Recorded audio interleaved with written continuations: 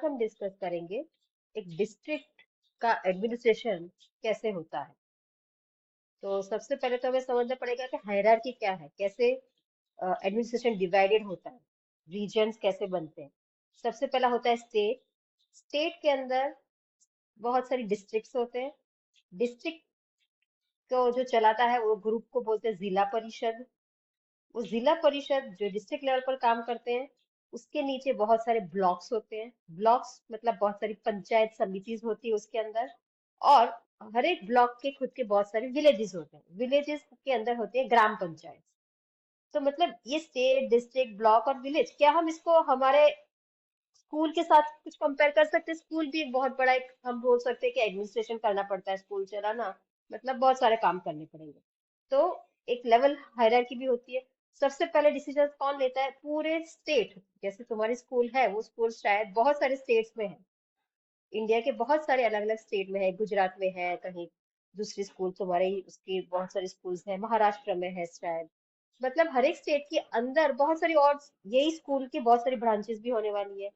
तो मतलब हर एक स्टेट का खुद का एक स्टेट कोऑर्डिनेटर होने वाला है, मेन पर्सन। फिर उसके बाद उसके नीचे बहुत सारे प्रिंसिपल्स होंगे। जितने भी ब्रांचेस होंगे तुम्हारी स्कूल की, वो हर एक स्कूल का एक प्रिंसिपल होने वाले हैं। तो वो सारे प्रिंसिपल का ग्रुप होगा, वो सब डिस्ट्रिक्ट लेवल पर काम कर रहे हैं, ऐसा बोल सकते हैं हम उसको। उसके बाद तुम्हारे स्कूल के अंदर अगर आप देखो तो बहुत सारे और भी ग्रुप है, कुछ टीचर्स के जो होते हैं कोऑर्डिनेटर्स। अलग अलग प्राइमरी कोऑर्डिनेटर होता है आपका, प्री प्राइमरी होता है, सेकेंडरी होता है, राइट? तो वो सब कोऑर्डिनेटर्स मिलकर भी कुछ काम करते हैं।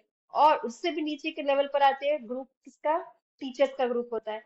टीचर्स भी हेल्प करते हैं कुछ ना कुछ काम अच्छे से एडमिनिस्ट्रेशन करवाने के लिए, राइट? तो मतलब क्लास टीचर्स एक स्कूल में कैसे पूरा तुम्हारा जो ये स्कूल का नेटवर्क है वो कैसे चलता है।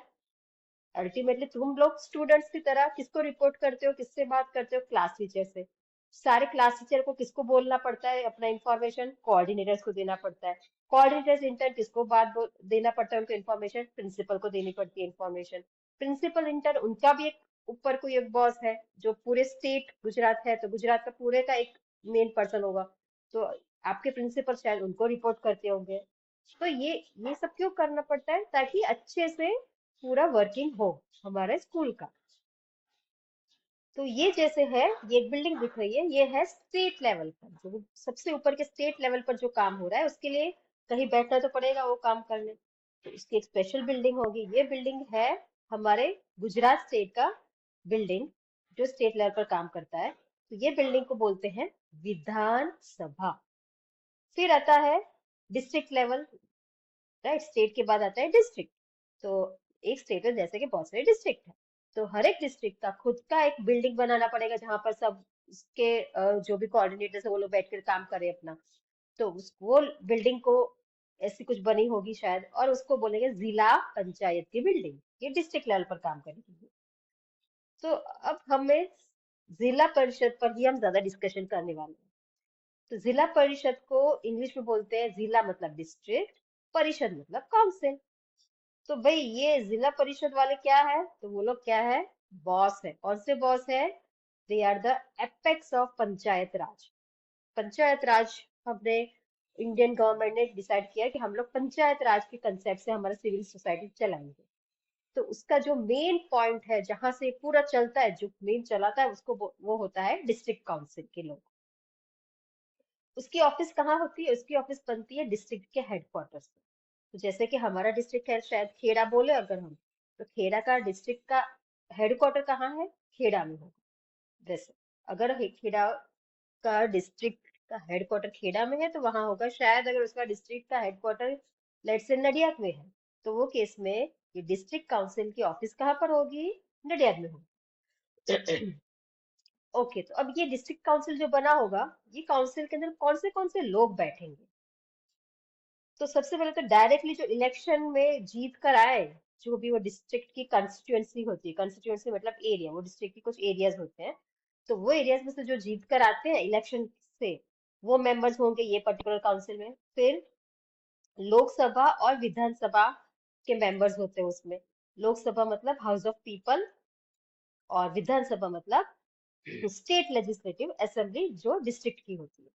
हाउस ऑफ पीपल लोकसभा मतलब जो सेंटर पर होता है, वहां से लोग आते हैं। और विधानसभा जो भी स्टेट लेजिस्लेटिव असेंबली है हमारी, वहां से आएंगे।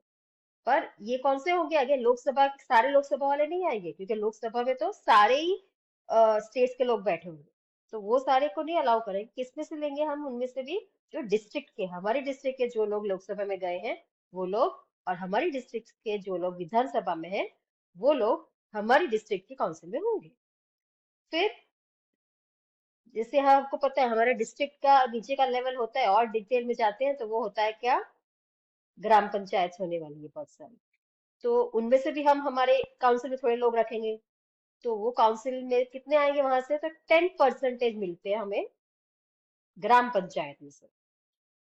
फिर पंचायत समिति, ग्राम पंचायत के नीचे और भी होता है विलेजेस। विलेजेस की होती है पंचायत समितिस, राइट?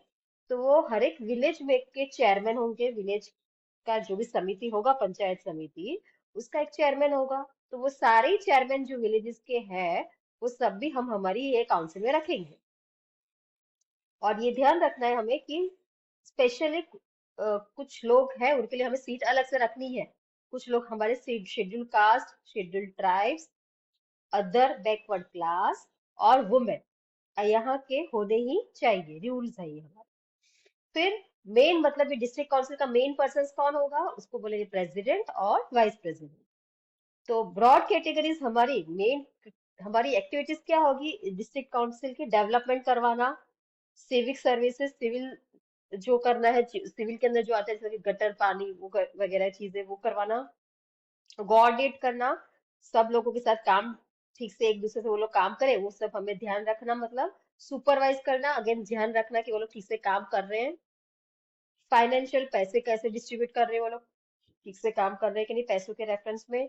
एडवाइजरी मतलब कुछ एडवाइस देना, कुछ भी अगर कहीं पर कोई काम अटक रहा है तो हम एडवाइस भी देंगे एज अ काउंसिल कि भाई ये करो, ये मत करो। तो अब हम नेक्स्ट देखते हैं कि what are the functions of zila parishad. Exactly हमारे फंक्शंस मतलब क्या क्या है वो हम और डिटेल में देखते हैं। तो यहाँ पर बहुत सारे दिख रहे हैं हमें, 6 मेन काम लिखे हैं मैंने। तो पहला बेसिक एम्यूनिटीज देना। बेसिक एम्यूनिटीज मतलब जो जीवन की जरूरियात है वो सब बेसिक क्या क्या है? पानी, गटर और लाइट, ये 3 चीजें हैं जो होनी चाहिए। तो हमें क्या ध्यान रखना है कि हमें are we able to provide to the people of that district what, कि कैसे ये सब चीजें पहुंचाएंगे उसके पास, उनका डेवलपमेंट कैसे करेंगे ये सब चीजों के लिए, राइट? फिर दूसरा रिक्वायरमेंट है हमारा, फंक्शन होगा कि हम एग्रीकल्चरल प्रोग्राम्स ठीक है कि नहीं वो चेक करें। फिर स्कूल को मैनेज करने, और adult literacy programmes. Adult literacy programmes मतलब बड़े लोगों के लिए भी स्कूल अलग से चलाना। तो वो सब हमें मैनेज करने के, स्कूल ठीक से चल रहे हैं कि नहीं, और बुजुर्गों के लिए कोई स्कूल चल रहे हैं कि नहीं, तो नहीं है तो हम ऑर्गेनाइज करें, कैसे स्कूल चालू करवाएं। फिर प्राइमरी हेल्थ सेंटर को चलवाना। फिर हॉस्पिटल, वैक्सीनेशन, पेंडेमिक जैसे हुआ, अगर कोविड और जैसा कुछ आ गया तो सबको वैक्सीनेशन भी दिलवा दें हम, ये सब हमें ध्यान रखना है। फिर फैमिली वेलफेयर के लिए, फैमिली अच्छे से रहे उसके लिए क्या क्या करना पड़ेगा? तो अच्छे से कुछ गार्डन्स होने चाहिए जहाँ लोग खुशी खुशी अपना अच्छा सा टाइम स्पेंड कर सके। तो ऐसे सब इनिशिएटिव चलाए कि जिससे फैमिली के लिए कुछ हेल्पफुल हो। फिर हमें क्या चाहिए कि हम बिल्ड करें, ब्रिजेस और रोड्स भी होने चाहिए तो लोगों को सुविधा रहे आने जाने के लिए। फिर हमें क्या करना है? डेवलपमेंट करवाना है। जो ऐसे लोग हैं जो थोड़े पिछड़े हुए वर्ग हैं, जैसे कि schedule caste, schedule tribes, OBC, इस टाइप के लोग जो अभी इतने इन्वॉल्व नहीं हुए हैं, उनके लिए कुछ ना कुछ डेवलपमेंट के लिए उनके प्लान करना। तो ये हो गए हमारे फंक्शंस। तो अब ये हमारे फंक्शंस हो गए कि जिला परिषद ये सब करेगा।